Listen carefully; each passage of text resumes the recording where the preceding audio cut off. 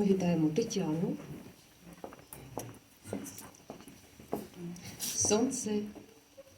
Сонце сідає. Заходить. C'était le champ et le verger et les monts. Le soleil descend, les monts s'éteignent. L'oiseau s'éteint, les champs s'épaissent. Les hommes s'émerveillent de pouvoir se reposer. Et moi, je regarde.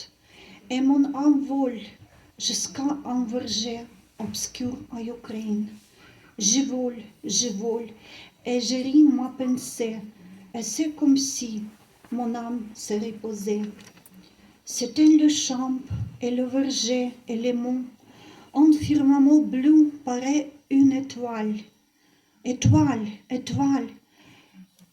écoule les larmes. Es-tu déjà paru aussi à Ukraine? Les yeux bruns te cherchent-ils dans le firmament bleu? Oh, bien oublient-ils? S'ils ont oublié, qu'ils se ferment, qui jamais ils n'entendent parler de moi.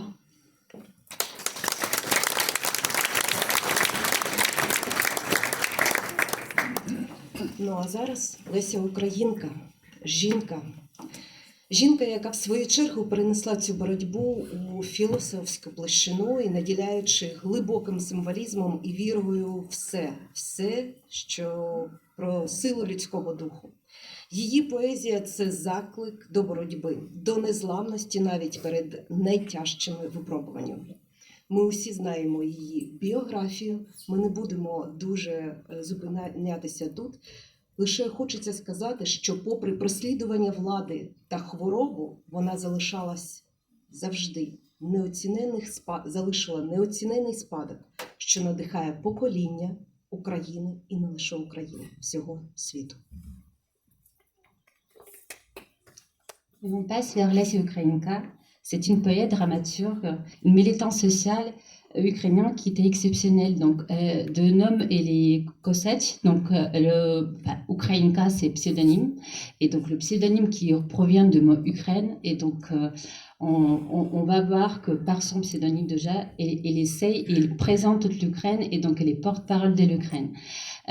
On peut dire que Lesia Ukrainka, au niveau de son biographie, c'est un petit peu la Frida ukrainienne, parce que cette femme qui était malade dès son enfance et que malgré cette maladie qui était assez grave, c'est la tuberculose des os, elle a pu donc vivre une belle vie de vrai, de créer beaucoup de belles poésies. Elle est née donc par rapport à Shevchenko dans une famille aisée plutôt, d'intelligence ukrainienne, avec la langue ukrainienne maternelle qui était omniprésente.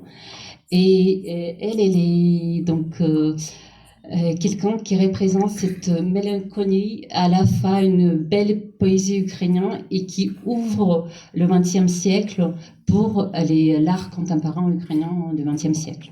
Voilà. Et on demande à Olga de venir pour présenter cette poétesse.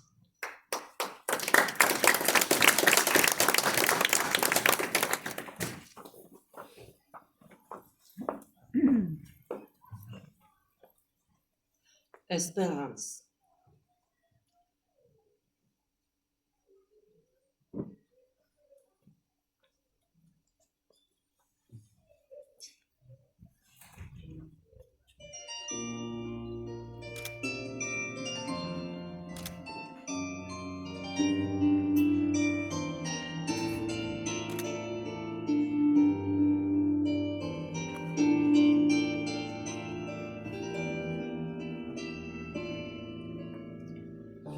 Je n'ai plus ni bonheur, ni liberté.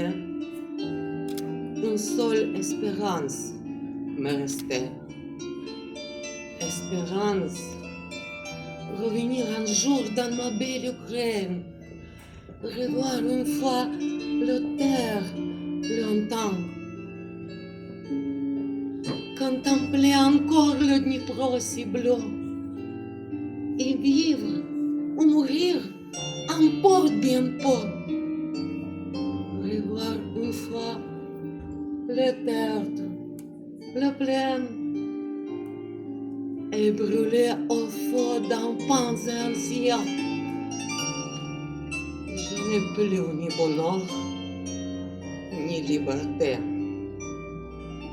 Une seule espérance me restait. Merci.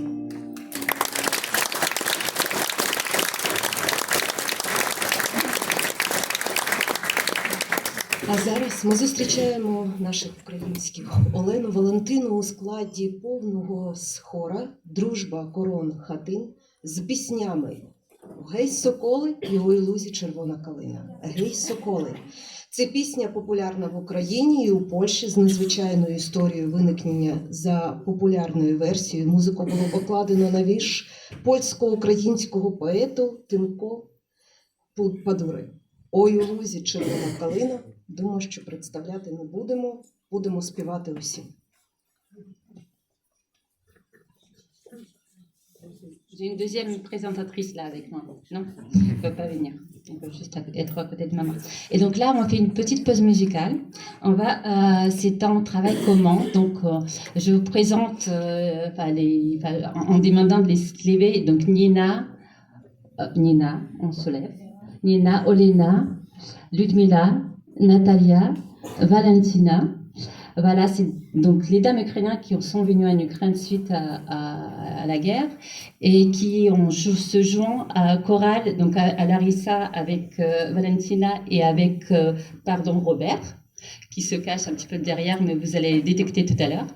Donc, ils se joint à la chorale de la sécession, l'amitié, la couronne Roten. Voilà. Et donc là, ils font un travail en commun. Et donc, si je comprends bien, la plupart des dames ukrainiennes, ils font partie maintenant de la chorale constamment. Voilà. Et donc, la première chanson qui sera présentée s'appelle Hey les faucons, donc les sokoloi. C'est une chanson qui est très populaire en Ukraine et en Pologne. On ne sait pas trop les origines, donc on peut entendre que la musique elle était créée par un compositeur polonais et que voilà, le texte a été créé par Tymko Padura, donc c'est un poète ukraino-polonais. Mais on n'est pas sûr, donc il y a plusieurs sources d'informations et c'est pas à 100% voilà, vérifié. En tout cas, la chanson elle présente un petit peu la vie du Cosaque. Et donc les Cosaques, c'est bien ukrainien. Voilà. Et la deuxième chanson, c'est la chanson qui s'appelle Une viorne rouge dans le pré. C'est une chanson qui est devenue très très connue au début de la guerre en 2022. Viorne rouge, c'est un symbole de l'Ukraine. Donc, dans beaucoup de poésie ukrainienne et dans les chansons, l'Ukraine est présentée par le viorne rouge. Et c'est une chanson qui a été écrite par Stepan Tchernetsky en 1914 pour une pièce et pour illustrer donc la marche des fusillés du Sich, donc les Cosaques du Sich qui ont lutté pour l'indépendance de l'Ukraine. Et cette chanson, encore au début du 19e siècle, quand elle a été créée et mise en place pendant le spectacle, elle est devenue connue et très très appréciée par tout le peuple ukrainien. Et elle reprend donc sa deuxième élan et sa deuxième vie en 2022 et donc notre chorale le présentera. Merci.